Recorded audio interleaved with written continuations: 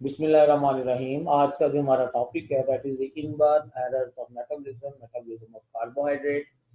हम कार्बोहाइड्रेट के मेटाबॉलिज्म में होने वाली एरर्स में से एक एरर ग्लाइकोसीमिया को डिस्कस करेंगे। First of all inborn errors हैं क्या कार्बोहाइड्रेट्स के मेटाबॉलिज्म में होने वाली? तो बेसिकली ये डेफिशिएंसी है एंजाइम्स की, उन एंजाइम्स की जो कार्बोहाइड्रेट मेटाबॉलिज्म में इन्वॉल्व है। वो एंजाइम्स जो कार्बोहाइड्रेट मेटाबॉलिज्म में इन्वॉल्व है, ठीक है, उन एंजाइम्स के डेफिशिएंसीज की वजह से ये एरर्स आ रहे हैं। और उन एंजाइम्स के अंदर डेफिशिएंसीज कैसे आएंगी? Due to the mutation of the genes, उन जीन्स की म्यूटेशन जो उन एंजाइम्स को बना रहे हैं। तो कार्बोहाइड्रेट मेटाबॉलिज्म डिसऑर्डर जो है ये जेनेटिक इश्यूज हैं उन जीन्स के, जो जीन एनकोड कर रहे हैं उन एंजाइम्स को, जो एंजाइम जरूरी हैं कार्बोहाइड्रेट मेटाबॉलिज्म के लिए।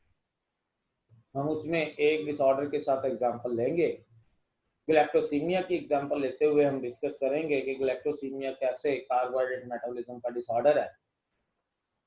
तो ग्लैक्टोसीमिया ये एक रेयर जेनेटिक मेटाबॉलिक डिसऑर्डर है जो कि बॉडी के अंदर शुगर लेवल के ऊपर जो है वो इफेक्ट करता है। कौन सा sugar? That is the galactose sugar.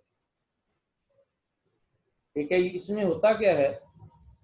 There is inability of the body to use galactose to produce।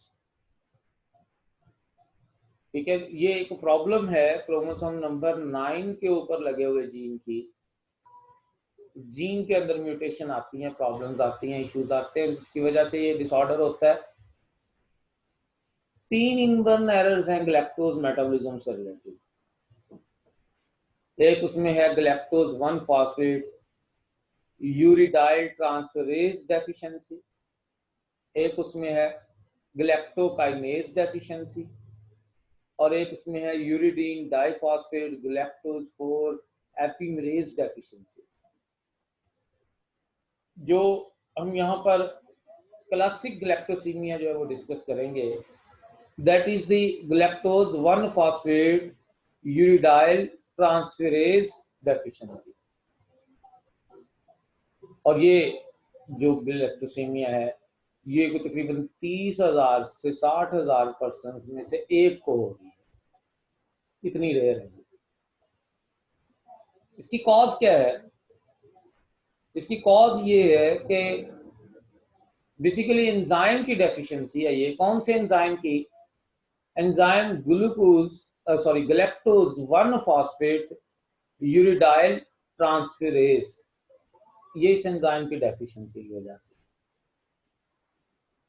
Congenital disease है, बाय बर्थ डिजीज है बच्चों के अंदर, और ऑटोसोमल रिसेसिव डिसऑर्डर है, क्योंकि इसको बनाने वाला जो जीन है, इस एंजाइम को बनाने वाला जो जीन, ठीक है, that is located on chromosome number 9, GALT gene. ठीक है, ग्लैक्टोज 1 फॉस्फेट यूरिडाइल ट्रांसफेरेज। अब जब इस जीन में प्रॉब्लम आ रही है, जब ये एंजाइम नहीं बन पा रहा galactose 1 phosphate uridyl transferase enzyme, तो उससे होता क्या है? ग्लैक्टोज मेटाबॉलिज्म उसमें एबनॉर्मेलिटी से इंक्रीज इन ग्लैक्टोज लेवल है ब्लड में, ग्लैक्टोसीमिया। ब्लड और यूरिन के अंदर, ब्लड में बढ़ रहा है तो ग्लैक्टोसीमिया, और अगर यूरिन में बढ़ रहा है तो ग्लैक्टोयूरिया है। ग्लैक्टोज का लेवल बढ़ रहा है, और जब ग्लैक्टोज का लेवल बढ़ रहा है तो ये ग्लैक्टोज एक्यूमुलेट होता है ब्लड के अंदर और यूरिन के अंदर, ठीक है, and diverted for the production of galactitol by the enzyme aldose reductase. ठीक है, ये जो ग्लैक्टोज है that is converted into galactitol by the enzyme aldose reductase. और ये जो ग्लैक्टिटोल है has been implicated in the development of the cataract। ये आंखों की बीमारी है, हम आगे डिस्कस करेंगे। कैटरेक्ट ये उसके बनने का सबब बनता है। ये जो एक्यूमुलेशन होती है गैलेक्टोज 1 फॉस्फेट की और गैलेक्टिटॉल की मुख्तलिफ टिश्यूज के अंदर, जैसे लिवर में, नर्वस सिस्टम में, या आई लेंस में कैटरेक्ट, या किडनी के अंदर, उसकी वजह से उन एरियाज की फंक्शन प्रॉपर नहीं हो पाती।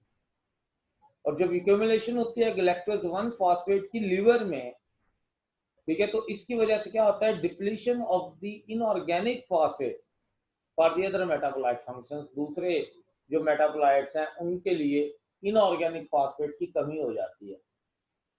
ठीक है, ये इससे जो इश्यूज क्रिएट हो रहे हैं साथ साथ। इसके सिम्टम्स क्या हैं?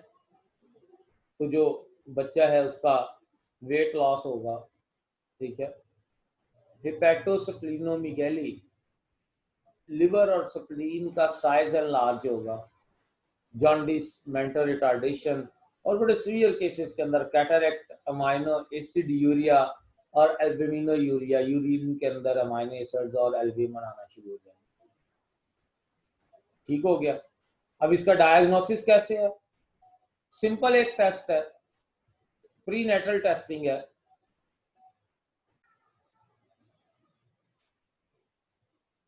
हाँ जी, इस डिसऑर्डर का जो डायग्नोसिस है वो एक प्री नेटल टेस्ट से ही होगा, बिफोर बर्थ, जिसमें फ्लूइड लिया जाएगा ड्यूरिंग प्रेगनेंसी वुमेन से, या तो एमनियोटिक सैक से फ्लूइड लिया जाएगा, एमनियोटिक फ्लूइड लिया जाएगा, या क्रायोनिक पिलाई से सैंपलिंग ली जाएगी।